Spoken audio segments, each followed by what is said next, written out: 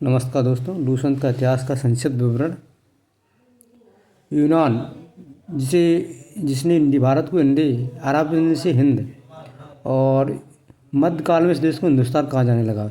फारसी शब्द हिंदू से बनाया, अंग्रेजों ने इंडिया कहा। भारत में जनसंख्या का मिश्रण निर्माण इस प्रकार हुआ है: proto Australian, palaeo Mediterranean, Caucasian, negroid या मंगोलियाड। सबसे पहले इतिहास को 3 भागों में बांटा। जर्मन इतिहासकार क्रिस्टोफर सेल्यूसियस। इतिहास के स्रोतों में जैसे ऋग्वेद, तो ऋग्वेद में 4 वेद हैं: ऋग्वेद, यजुर्वेद, सामवेद, अथर्ववेद। इन चारों वेदों को संहिता कहा जाता है। ऋग्वेद में 10 मंडल, 1028 सूक्त हैं, 10,400 ऋचा हैं। इनको पढ़ने वाले ऋषि को होत्र। तीसरे मंडल में सूर्यदेवता का वर्णन है। चतुर्वर्ण का स्रोत 10वां मंडल है। वर्तमान प्रचलित ग्रेगोरियन कैलेंडर ईसाई धर्मगुरु ईसाई मसीह के जन्म वर्ष पर आधारित है। वैदिक साहित्य में ऋग्वेद के बाद शतपथ ब्राह्मण का स्थान है। सस्वर पाठ तथा मंत्रों में बलि के समय अनुपालन के लिए नियमों का संग्रह यजुर्वेद कहता है। इसके पाठकर्ता को अर्धायु कहते हैं। यजुर्वेद एक ऐसा वेद जो गद्य पद्य दोनों में है। सामवेद, इसमें 1810 सूक्त हैं जो प्राय ऋग्वेद से लिए गए हैं। इसे भारतीय संगीत का जनक कहा जाता है। इसमें कोई विशेष ऐतिहासिक घटना का वर्णन नहीं है।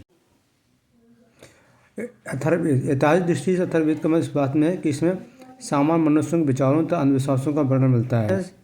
इसमें सभा एवं समिति को प्रजापति की 2 पुत्रियों कहा गया है।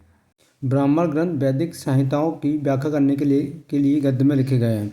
जैसे ऋग्वेद ब्राह्मण ग्रंथ ऐत्रेय कौशिकी, यजुर्वेद तैत्तिरीय शतपथ, सामवेद पंचविश, अथर्ववेद गोपथ। दोबारा से ऋग्वेद ऐत्रेय कौशिकी, यजुर्वेद तैत्तिरीय शतपथ, सामवेद पंचविश, अथर्ववेद गोपथ। शतपथ में गंधार, कसल, केकय, कुरु, पांचाल, कौशल, विशेष, देह आदि राजाओं का उल्लेख मिलता है। वैदिक साहित्य में ऋग्वेद के बाद शतपथ ब्राह्मण का स्थान है।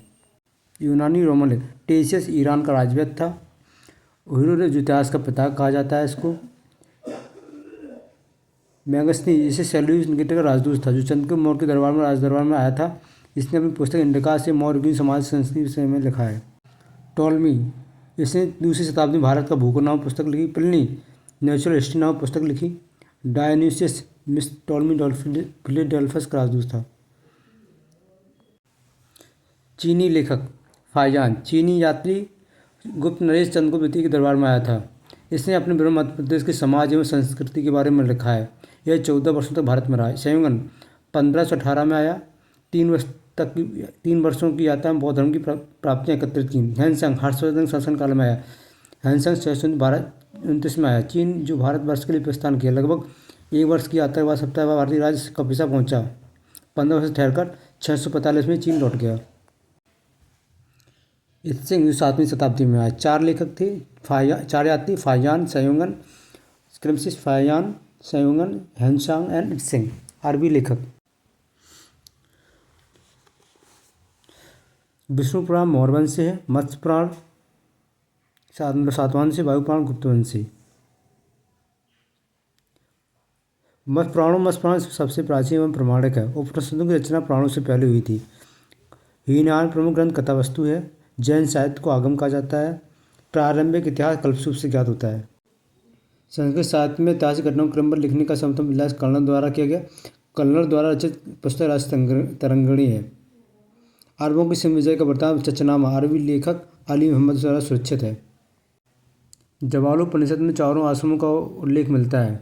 इसमें ग्रंथ सबसे प्राचीन और प्रामाणिक मनुस्मृति मानी जाती है। शुंगकाल का मानक ग्रंथ है। मनार्थ स्मृति गुप्त के विषय में जानकारी प्रदान करते हैं।